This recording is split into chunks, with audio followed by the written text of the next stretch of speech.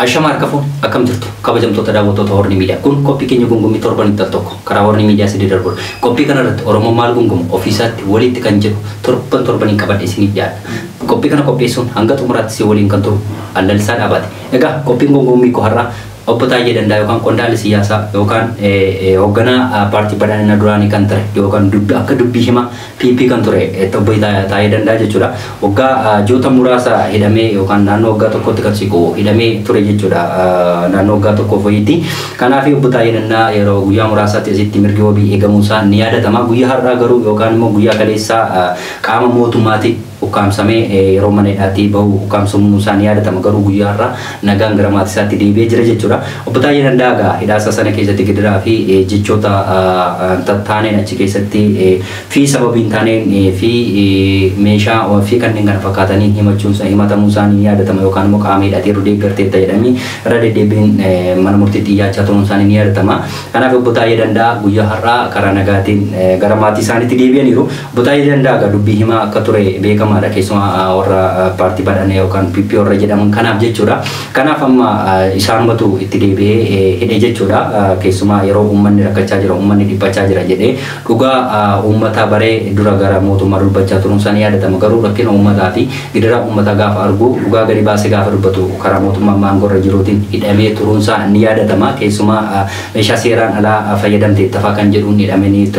ture mana murtiitti deddeebi'uun isaa ni yaadatama. Garuu kana hundumaa bilisa bahee waan fakkaatu ta'a guyyaa har'aa mana murtiitti yookaan mana hidhaatti gadhiifamee maatii isaatti dabalameera. Garuu as keessatti irra deddeebii yeroonni keessumaa waraana bilisummaa Oromoo fi warreen hooggantoota ta'an qeeqaa fi arrabsaa ture akkasumas immoo warreen karaa nagaa qabsaan akka qondaalli siyaasaa Obbo Jawaar Mohaammed Baqqalee Garbaa fi kanneen kana fakkaatan warreen isa wajjin hidhaman akka Abdii Raggaasaa fa'aa Lammii Beenyaa fi Koloneel Gammachuu ayyaana fa'aa yeroo sana manadhaa yeroo san biddeen yookaan nyaata lagatanii turan sana keessatti warreen cuukkoo nyaatanii fi warreen cumboo akkasumas warra foonii mana galwadhee isin biddeen lagachuu dandeessan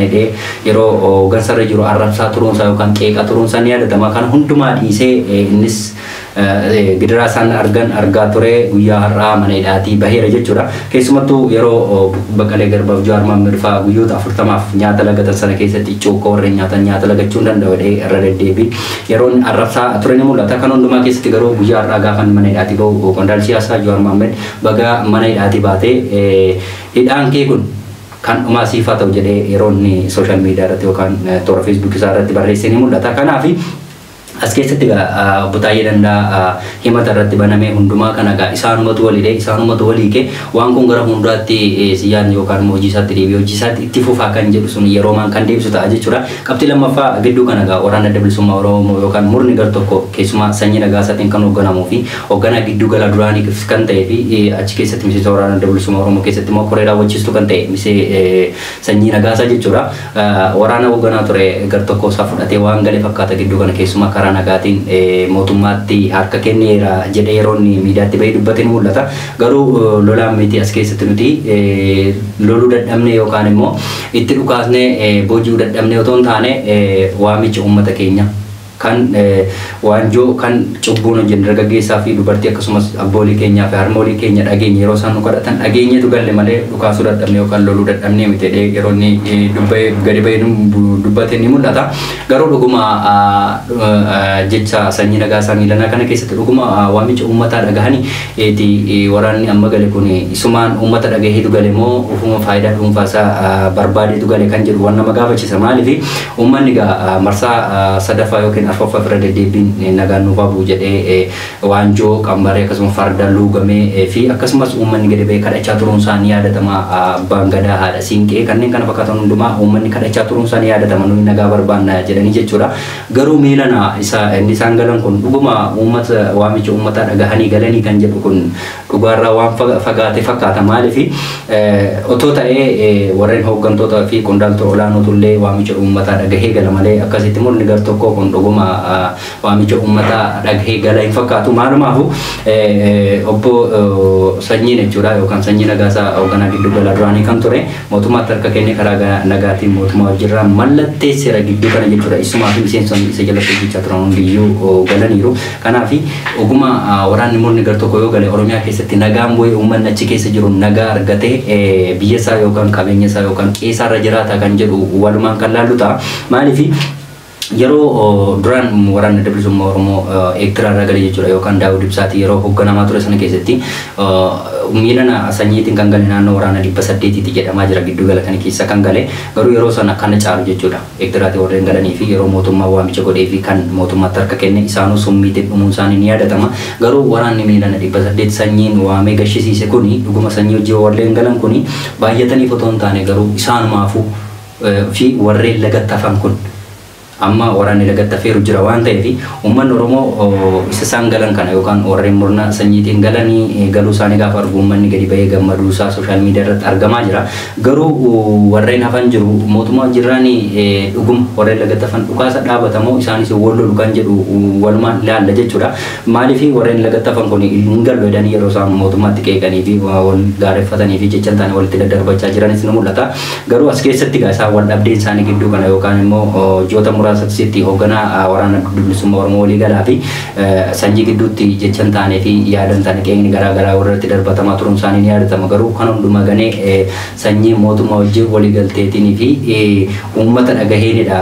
mootummaatti gale yookaan walii galtee kana murteesse yookaan galuuf murteesse dubbateera jechuudha kanaaf uummanni Oromoo akka nagaa barbaadu beekamaadha garuu bakkeewwan garaagaraatti nagaan dhabamee uummanni rakkachaa fi mana hidhaatti bahee mana isaatti gubachaa fi dhiphachaa turuun isaanii yaadatama keessumaa warreen maatiin isaanii miseensa waraana bilisummaa Oromoo keessa jiranii fi warreen mana jiran immoo du'uu sababii ilmi isaanii waraana bilisummaa Oromoo keessa jirutti hidhamuu reebamuu dararamuu fi du'uun irra deddeebiin keessumaa waggoota 5 asitti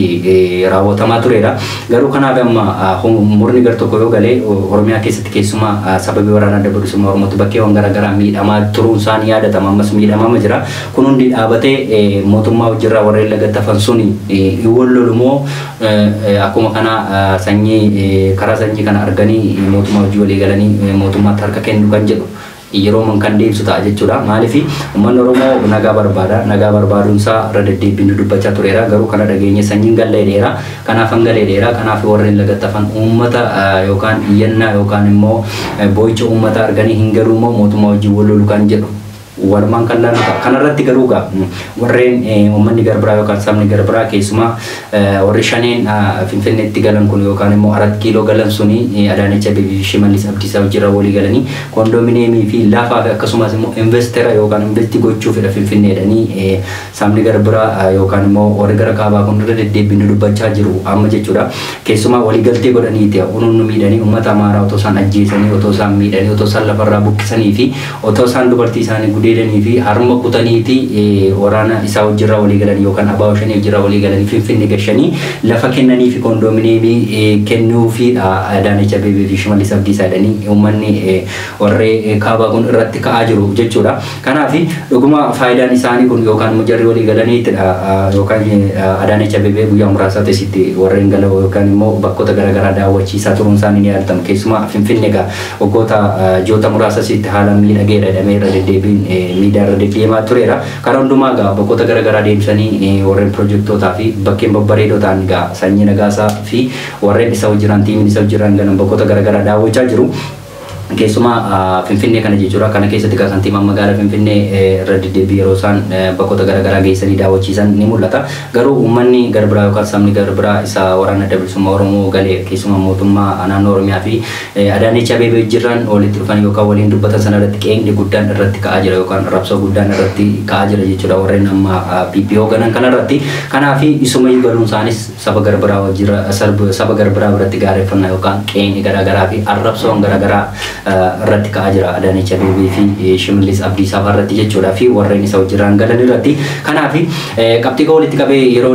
sa'aatii qabu fayyadamee yeroo dubbadhu taa'ee danda'a qondaalli siyaasaa yookaan immoo PPF ergama guddaa yookaan akka fardaatti tajaajila kan ture isumaan deebi'ee kan hidhame isaanumti bilisa baasanii guyyaarraa mana hidhaatii baasanii gara maatiitti dabalanii jiru jechuudha kanaaf dhumni taa'ee danda'a yookaan hidhaan miilanaa kun kanumaan raawwatamoo gara fuulduraatti jecha dhugaa dubbate amma sin dhaba kan jedhu yeroo man kan deebisu ta'a jechuudha qabxii isa lamaffaatti murni gidduu kana keessumaa sanyii nagaasanii kan hoogganamu fi gidduu gala waraanni gidduu galaa kan ture ana 8 irraa yookaan ana 7 irraa naannoo waraana 800 kan ta'u mootummaatti harka kennuun sanii yaadatama. Kana hundumaa keessatti sanyii nagaasaa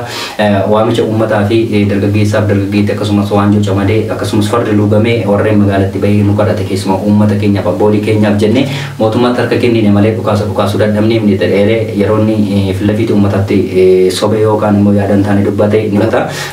fi siyaasa fayyadamee yookaan immoo warreen amma aangoo jira walii galuuf fakkaata jecha akkasii kan dubbate akkasumas immoo isaan hundi galuu isaa irratti immoo sabni gara biraa yaadan taaneef qeeqni garaagaraa irratti ka'aa jira keessumaati saba warra kaabaa kanarratti maalumaafuu Oromiyaan hundi yookaan immoo Oromoon hundi qeef qabeenya isaarraa buqqa'e nagaa barbaada. Ammas waraana adda bilisummaa Oromoo lagattafee fi mootummaan amma aangoo jiru akkuma isaan obbo Sanyii Nagaasaa fagalan kanaaf tiimiin sagalan sana waraana adda bilisummaa Oromoo lagattafee inni galamoo mootummaa wajjirra wal dhabdeema yookaan wal waraansi haalumaan itti fufee uummanni Oromoo laga jiru uummanni Oromoo mana isaaf qabeenya isaarra jiru sababii isaaniitti qeef qabeenya isaarraa buqqa'ee ammas dhiphinaaf yaaddootti itti fufa kan jedhu yeroon kan deebisu ta'a. Qophii kan qopheessuun hanga ammaatti si waliin kan ture Alalisaa Dhaabaati. Qophiilee horni miidiyaa waliin turtii gaarii qabadha.